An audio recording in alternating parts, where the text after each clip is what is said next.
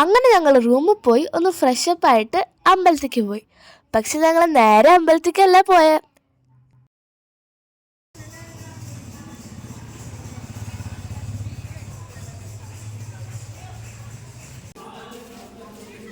ഞങ്ങൾ വാരണാസിൻ്റെ ഗല്ലികളിലൂടെ പോയി പോയി പോയി പോയി ബോട്ട് ജെട്ടിയിലെത്തി.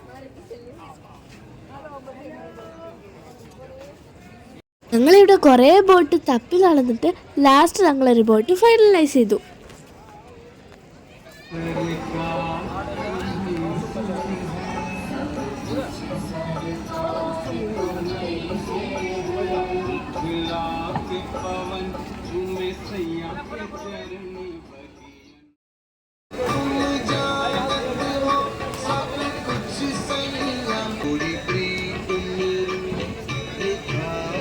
അങ്ങനെ ഞങ്ങൾ സ്റ്റാർട്ട് ചെയ്തു.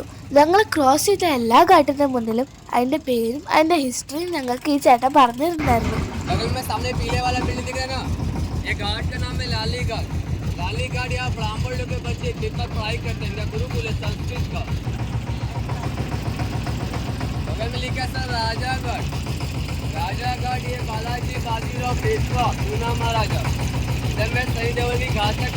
നല്ല രസമുണ്ടായിരുന്നു ബോട്ടിൽ പോകാൻ.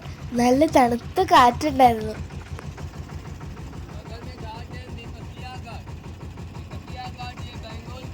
പിന്നെ ഞങ്ങൾ ഗംഗാരതി കാണാൻ വേണ്ടി ബോട്ട് നിർത്തി.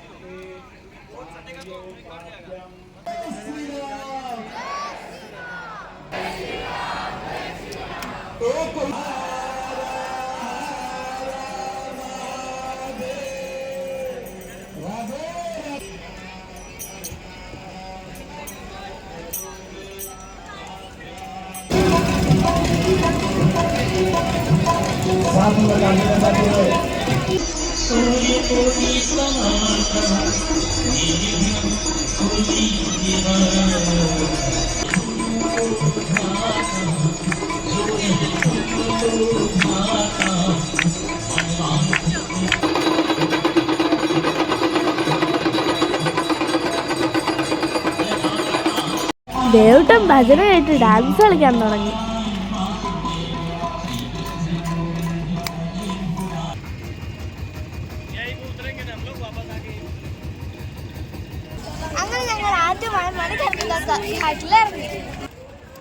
ഇതാണ് മണികർണിക ഘാട്ട്.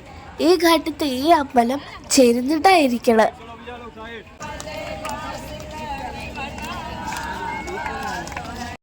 ഇതാണ് ശംസാൻ ഘാട്ട്.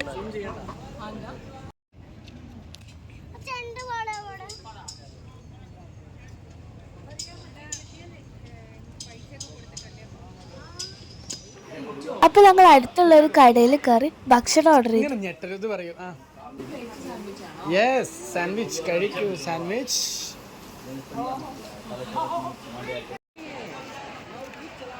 ഘാട്ടിന്ന് കാശി വിശ്വനാഥ് അമ്പലത്തിലേക്ക് പോകാനുള്ള പുതിയ കോറിഡോറാണ് ഇത്. നമ്മുടെ മോദിജി ഇനാഗുറേറ്റ് ചെയ്തതാ. ഞങ്ങൾ കാശി വിശ്വനാഥിന്റെ അടുത്ത്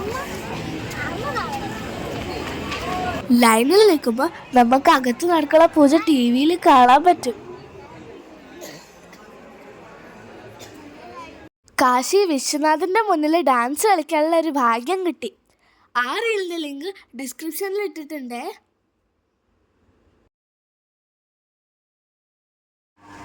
അപ്പൊ ഇത് ദേവട്ടന്റെ ഒരു വ്ളോഗ്.